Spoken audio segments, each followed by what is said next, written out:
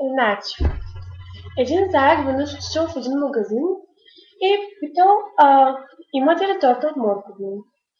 И те му казали, не, нямаме торта от моркови, съжалявам, не знам какво още. И той казал, добре. После отишъл пак, не знам кога, и пак питал, имате ли торта от... Оф, това се не го знам. Съжалявам, не мога да разказвам обичай. Да, наистина, малко не го помня. Ама мисля, че а, казва, имате ли торта от моркови? Те пак му казват, ние отиват третия път, имате ли торта от моркови? Да, имате ли торта от моркови?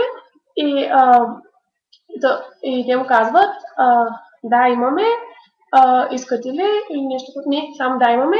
И Заек казва, много е гадна, нали? И да, той не е много смешен, ама аз само не го помня.